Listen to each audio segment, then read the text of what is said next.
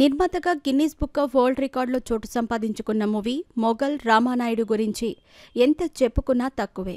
ప్రస్తుతం ఆయన బ్రతికి లేకపోయినప్పటికీ ఆయన గురించి ఎంతోమంది ఆయన సన్నిహితులు, ఆయనతో కలిసి వర్క్ చేసిన వాళ్ళు చాలా గొప్పగా చెప్పుకుంటూ ఉంటారు. అలా రామానాయుడు గురించి ఓ ఇంటర్వ్యూలో గొప్పగా చెప్పటంతో పాటు తన మీద రామానాయుడు ఇష్టం పెంచుకున్నారు అంటూ ఆసక్తికరమైన వ్యాఖ్యలు చేసింది నటి జయలలిత. ఇక జయలలిత అనగానే అందరూ తమిళనాడు మాజీ దివంగత సీఎం జయలలిత అనుకుంటారు. ఎందుకంటే జయలలిత కూడా ఎన్నో సినిమాల్లో హీరోయిన్గా చేసింది. కానీ ఆ జయలలిత వేరు, ఈ జయలలిత వేరు. ప్రస్తుతం క్యారెక్టర్ ఆర్టిస్ట్గా, అలాగే సినిమాల్లో బామ్మ పాత్రలు, సీరియల్స్లో బామ్మ రోల్స్ చేస్తున్న జయలలిత. అయితే జయలలిత గతంలో తెలుగు, తమిళ, మలయాళ సినిమాల్లో హీరోయిన్గా కూడా నటించింది.